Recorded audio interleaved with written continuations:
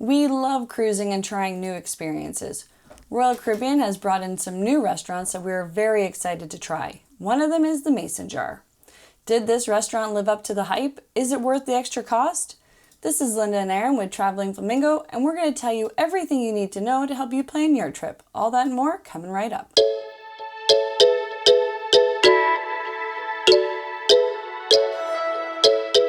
Our last cruise was with Royal Caribbean on the current largest cruise ship, at least for a few more months, the Wonder of the Seas. With a lot of dining options included, I'm not always a big fan of paying for specialty dining, so Aaron and I had a look and decided we wanted to try the new Mason Jar. We're going to go over the atmosphere, location, menu, what we had, price, and some overall tips. So let's get started with the atmosphere and theming.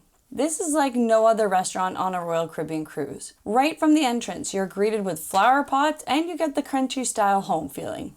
The farmhouse decor is amazing right from the bar through to the restaurant. When you first enter, you come to the bar and see the massive multi-person porch swing. This is awesome. You know I tried that out. And there are some rocking chairs along the windows. You feel like you're right at a country home on the porch. They have live music here in the evenings, and between the unique cocktails and the music, this bar gets very busy. I had no idea. The location is also tied to the atmosphere. Right now, you can only find Mason Jar on the Wonder of the Seas. It's located up on the 15th deck, right next to the Windjammer Cafe, which is the buffet on board. One of the things that is so cool about being on this floor is that there are massive floor-to-ceiling windows overlooking the ocean. We enjoyed our dinner while watching the sunset. It was wonderful. If you've seen some of our other videos about the Oasis class of ships, you know that one thing we don't like is that most of the specialty restaurants don't have windows as they're located in Central Park. So it's a great touch that you've got these beautiful floor-to-ceiling windows, and if you can work it with your reservations, you've got some great views for a perfect sunset. Before we get into the menu, I just want to pop in here and say we have tons of videos about Royal Caribbean, like everything that's included,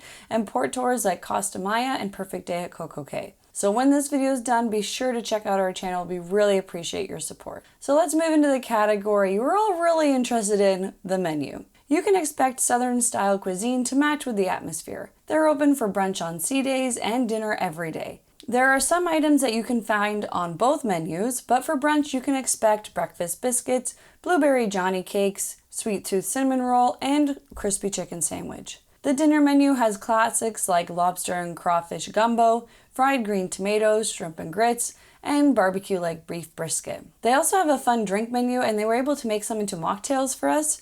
You can get a PB&J Old Fashioned, the Mississippi Moonshine, and other Southern-inspired drinks. If you aren't able to get a reservation, you can come into the bar when the main dining room is not serving a meal, and they have a late night menu. They have some of their classic items that you can buy a la carte. So let's look at what we had. Your meal starts with the buttermilk and jalapeno biscuits.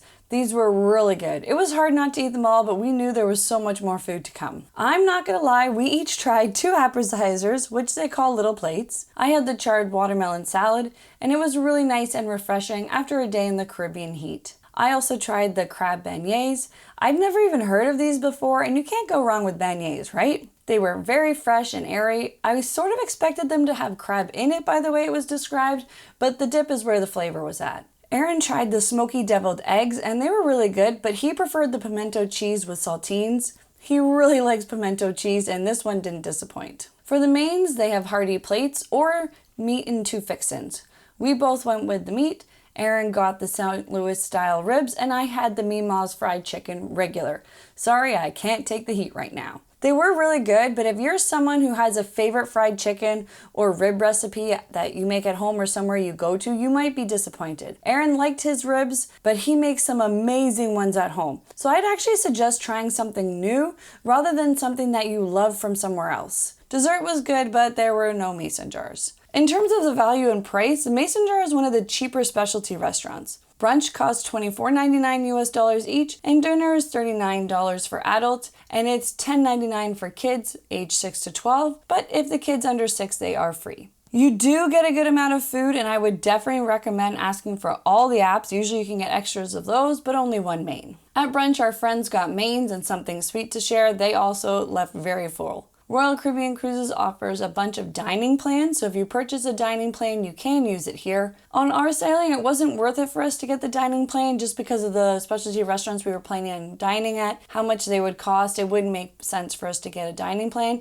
so you can do the math and see if it's worth it for you on your sailing. In terms of dress code, it's casual attire, which fits with the country home theming, so put on some comfortable clothes and get ready to enjoy a lot of delicious food. It's nice if you go with people who like to share, so you can try lots of different dishes, and we always get extra apps. Next time I would definitely go for brunch. Actually, not just because it's cheaper, but I think you can enjoy the atmosphere and some of their signature dishes as well. We also recommend making reservations before you're sailing using the Royal Caribbean app or on their website. This is a very popular restaurant and you can't guarantee walk-ups. Also, the service here was great. The server helped us pick our delicious mocktails and made some great recommendations for our meal. They're very attentive and super friendly. And if you're interested in some more of our content, we have another channel, Flamingos in Wonderland, where we talk about all things Disney and theme parks. We hope you found this video about Royal Caribbean's Mason Jar helpful. Would you pay extra to dine here? Do you have a favorite specialty restaurant? Are there any other dining reviews you'd like us to make? Let us know in the comments below. We love hearing your ideas and being part of this community. Thank you for taking the time to watch our video, and remember, memories are forever, so make them fabulous. Thanks again for watching, and happy travels.